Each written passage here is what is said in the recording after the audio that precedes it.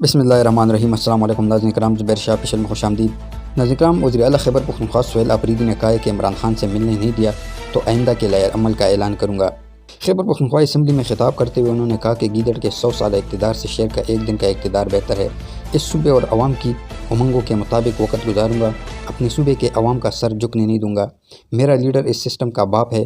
وزیراعظم کی جانب سے جو ایجنڈا آیا وہ امن و امان کے حوالے سے نہیں تھا۔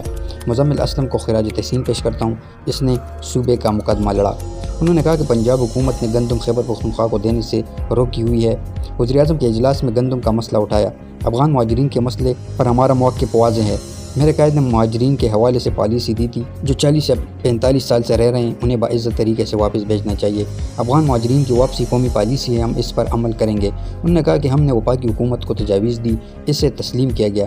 راتوں رات افغان مہاجرین کیمپ ختم کرنے کا اعلامیہ جاری کیا گیا۔ وزیراعظم نے وزارت داخلہ کو صوبائی حکومت کے ساتھ بیٹھنے کا کہا۔ عمران خان سے ملاقات کے بعد وزارت داخلہ کے ساتھ بیٹھیں گے۔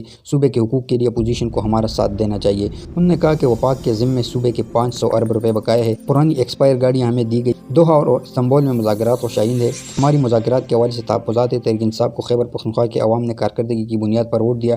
صوبے میں امن و امان کی صورتحال بند کمروں میں فیصلوں کی وجہ سے ہو رہے ہیں، ہم بند کمروں کے فیصلے نہیں مانیں گے۔ انہوں نے کہا کہ قبائلی اضلاع کے لیے میڈیکل کالج اور یونیورسٹیز کا اعلان کیا ہے، ہدایت جاری کی ہے۔ صوبے میں کوئی جھوٹی FIR درج نہیں ہوگی۔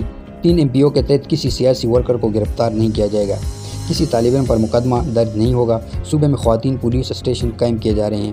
کرپشن کے لیے زیرو ٹالرنس ہوگا۔ تبادلوں کے لیے شفاف پالیسی تیار کی جائے گی۔ احساس پروگرام کے تحت پروگرام شروع کریں گے اور جاری رہے گی۔ New billion tree tsunami programme کا افتتاح کریں گے۔ اس دفعہ تبدیلی حقیقی معنوں میں نظر آئے گی۔ سہیل آفریدی نے کہا کہ وزارت اعلیٰ کے لیے میرا نام آنے کے بعد من گھڑت الزامات لگائے گئے، مجھے ناکام کرنے کے لیے ایک بیانیہ بنایا جا رہا ہے۔ یہ کہا جا رہا ہے اداروں اور وفاق سے ٹکراؤں گا۔ میں آئین و قانون کی بات کرتا ہوں، اپنے لیڈر سے ملاقات کی بات کرتا ہوں تو ٹکراؤں گا۔ ان کا کہنا تھا کہ مجھے اپنے قائد سے ملنے نہیں دیا جا رہا، اسی لیے کابینہ تاخیر کا شکار ہے۔ میں اپنے عوام کے حقوق کی بات کرتا ہوں تو ڈنکے کی چوٹ پہ کروں گا۔ اگر قائد سے ملنے نہیں دیا گیا تو میں اپنا مقدمہ عوام کے ساتھ رکھوں گا۔ میں چارسدہ اور خیبر کے عوام کے سامنے اپنا مقدمہ رکھوں گا۔ میں کرک میں اپنا مقدمہ پیش کروں اور آئندہ کے لائحہ عمل کا اعلان کروں گا۔ بعد ازاں خیبر پختونخوا اسمبلی کا اجلاس کل دوپہر 2 بجے تک ملتوی کر دیا گیا ہے۔ تو دوستو چینل کو سبسکرائب کریں، لائک شیئر اور کمنٹ ضرور کیا کریں۔